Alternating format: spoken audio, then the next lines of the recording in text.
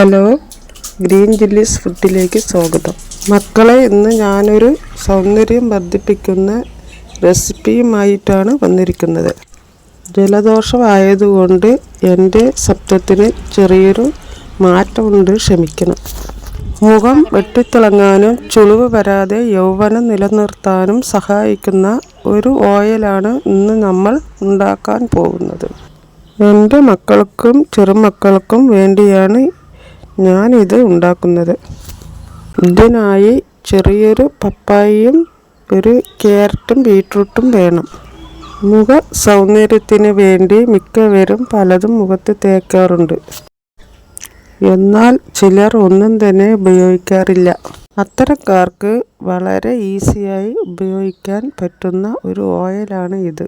മുതിർന്നവർക്ക് മാത്രമല്ല, 6 മാസം കഴിഞ്ഞ കുഞ്ഞുങ്ങൾക്ക് ഇത് ഉപയോഗിക്കാം.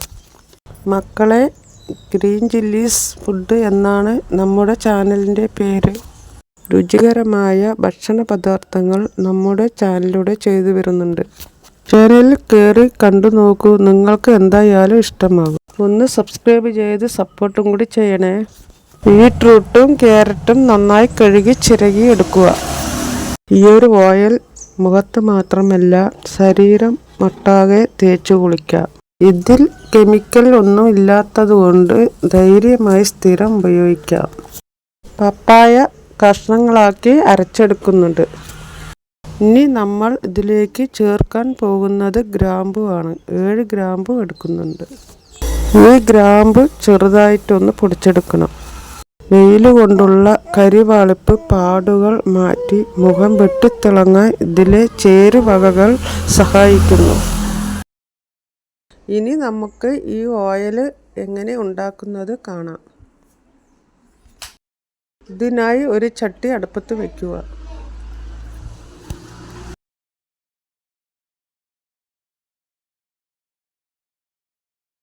എണ്ണ ചൂടായതിനു ശേഷം ക്യാരറ്റും ബീട്രൂട്ടും ഇട്ട് കൊടുക്കാം. ക്യാരറ്റും ബീട്രൂട്ടും നിറം വർദ്ധിപ്പിക്കാൻ സഹായിക്കുന്നു. പപ്പായയും നല്ലോണം നിറം വർദ്ധിപ്പിക്കാൻ സഹായിക്കുന്ന ഒന്നാണ്. മാത്രമല്ല, പപ്പായ അതുപോലെ തന്നെ ഗ്രാമ്പു എന്നിവ ചുളിവ് വരാതെ യുവത്വം നിലനിർത്താൻ സഹായിക്കുന്നു. ബീട്രൂട്ടും ക്യാരറ്റും എണ്ണയിൽ മുരിഞ്ഞതിന് ശേഷം പപ്പായയും ഗ്രാമ്പും ഇട്ട് കൊടുക്കാം.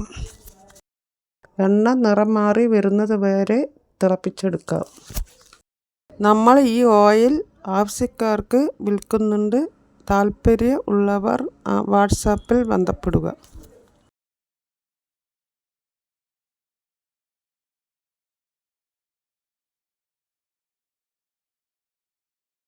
എണ്ണ നിറം മാറി വന്നിട്ടുണ്ട്. ഇറക്കി വെച്ച് 2 മണിക്കൂർ കഴിഞ്ഞതിന് ശേഷം കോട്ടൺ തുണിയിൽ പിഴിഞ്ഞെടുക്കാം.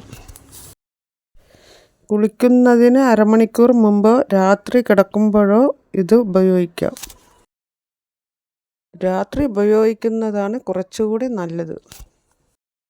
ഈ ഓയിൽ നമുക്ക് കുപ്പിയിൽ ഒഴിച്ച് വയ്ക്കാം. അപ്പോൾ മക്കളെ, ഈ വീഡിയോ ഇത്രയേ ഉള്ളൂ. ഇഷ്ടമായാൽ മടിക്കാതെ ലൈക്ക് ചെയ്യണേ. നിങ്ങളുടെ പ്രിയപ്പെട്ടവർക്കും കൂടി ഷെയർ ചെയ്ത് കൊടുക്കണേ. സബ്സ്ക്രൈബ് ചെയ്തില്ലെങ്കിൽ ഒന്ന് സബ്സ്ക്രൈബ് ചെയ്യൂ. അപ്പോൾ ഇതുപോലെ വേറൊരു വീഡിയോയുമായിട്ട് വരാം. നന്ദി, നമസ്കാരം.